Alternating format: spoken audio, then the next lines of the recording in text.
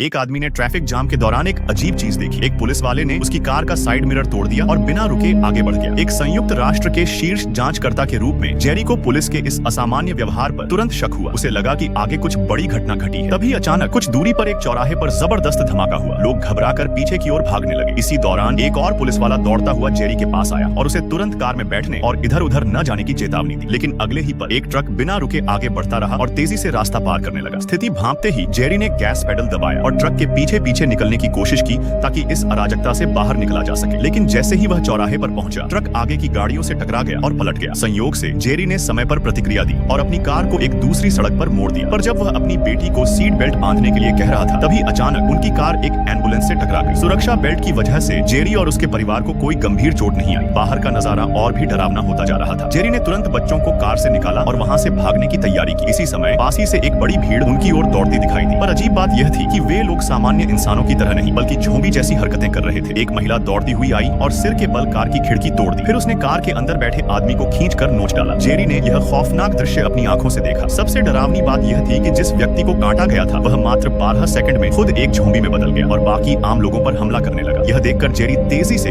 एक नजदीकी कार की तरफ भागा। लेकिन जैसे ही उसने कार स्टार्ट करने की कोशिश की, एक झोंबी उस पर झपट पड़ा। संयोग से उसकी पत्नी कारिन ने हिम्मत दिखाई और एक जोरदार लात मारकर झोंबी को गिरा दिया। जेरी ने तुरंत कार चलाई और शहर से बाहर निकलने की कोशिश करने लगा। संक्रमण की यह तेज गति पूरे शहर में तबाही मचाने लगी। देखते ही देखते पूरा शहर झोंबियों की चपेट में आ गया। आखिरकार जेरी अपने परिवार को एक अपेक्षाकृत सुरक्षित स्थान पर ले जाने में कामयाब रहा। उसी समय उसके दोस्त ओल्ड ब्लैक का फोन आया। उसने कहा कि वह जल्द ही एक हेलीकॉप्टर भेजेगा, लेकिन जेरी और उसका परिवार खुद को सुरक्षित स्थान पर ले जाए। इस आशा के साथ जेरी अपने परिवार को एक शॉपिंग मॉल में ले गया ताकि वहां से कुछ दवाइयां और जरूरी सामान इकट्ठा कर सके। क्योंकि उसकी बड़ी बेटी को अस्थमा था, इसलिए उसे तुरंत दवा की जरूरत थी। लेकिन मॉल के अंदर भी झोंबियों का आतंक फैल चुका था। लोग अपनी जान बचाने और सामान लूटने में लगे थे। समय बचाने के लिए जेरी ने अपनी बड़ी बेटी को साथ लिया और दवा की तलाश करने लगा, जबकि कारिन छोटी बेटी के साथ जरूरी सामान इकट्ठा करने गई। जेरी ने जैसे ही अस्थमा की दवा उठाई, तभी अचानक पीछे से उसकी छोटी बेटी की चीख सुनाई दी। वह तुरंत आवाज की दिशा में भागा। जब उसने कारिन को ढूंढा तो देखा कि दो लोग उससे उसका सामान छीनने की कोशिश कर रहे थे। जेरी ने उन्हें रोकने की कोशिश की, लेकिन उनमें से एक ने बंदूक निकाल ली और फायर कर दिया। खतरे को भांपते हुए जेरी ने तुरंत गोली चलाई और उनमें से एक को मार गिराया। फिर उसने डर से कांप रही अपनी पत्नी को गले लगा लिया। तभी अचानक एक पुलिस वाला वहां पहुंचा। जेरी ने अपने हाथ ऊपर कर दिए और समझाने की कोशिश की, लेकिन पुलिस वाला उसकी बात सुनने के बजाय पास की अलमारियों की ओर भागा। इससे साबित हो गया कि हालात उससे कहीं ज्यादा खराब हो चुके थे। सामान इकट्ठा करने के बाद जेरी अपने परिवार के साथ बाहर निकला, पर यह देखकर हैरान रह गया कि उनकी कार गायब थी। अब इस माहौल में बाहर रहना मतलब मौत को न्योता देना था। कारिन ने सुझाव दिया कि वे पास की एक अपार्टमेंट बिल्डिंग में जाकर छिप सकते हैं और वहीं हेलीकॉप्टर का इंतजार कर सकते हैं। जेरी ने यह सूचना अपने दोस्त ओल्ड ब्लैक को दी और फिर वे सभी अपार्टमेंट की ओर बढ़े। लेकिन वहां पहुंचकर पता चला कि वह जगह भी झोंबियों से भरी हुई थी। जेरी अपने परिवार को लेकर तेजी से सीढ़ियों की ओर भागा। झोंबी भी उनके पीछे पीछे दौड़ते हुए इमारत में घुस गए। बचने के लिए उन्होंने रास्ते में जितने दरवाजे मिल सकते थे सब तोड़ दिए ताकि ज़ोंबियों को रोका जा सके। अचानक कारिन को एहसास हुआ कि उनकी छोटी बेटी गायब हो गई है। उन्हें उसे खोजने में देर नहीं लगी। वह एक दरवाजे के सामने खड़ी थी जिसमें पहले से एक परिवार छिपा हुआ था। बिना कोई सवाल किए वे भी उस कमरे में घुस गए। सौभाग्य से अंदर के लोग अच्छे थे। उन्होंने न केवल उन्हें शरण दी बल्कि खाना भी दिया। सुबह होते ही जेरी ने फैसला किया कि अब उन्हें छत पर जाकर हेलीकॉप्टर का इंतजार करना चाहिए। उसने वहां रहने वाले व्यक्ति को बाहर की स्थिति बताई और उसके साथ चलने के लिए कहा, लेकिन उसने मना कर दिया। जेरी ने ज्यादा जोर नहीं दिया और अपने हथियारों को तैयार किया। उसने अपने चाकू को बंदूक के बैरल से बांधा और किताबों को टेप से अपनी बाहों पर लपेट लिया ताकि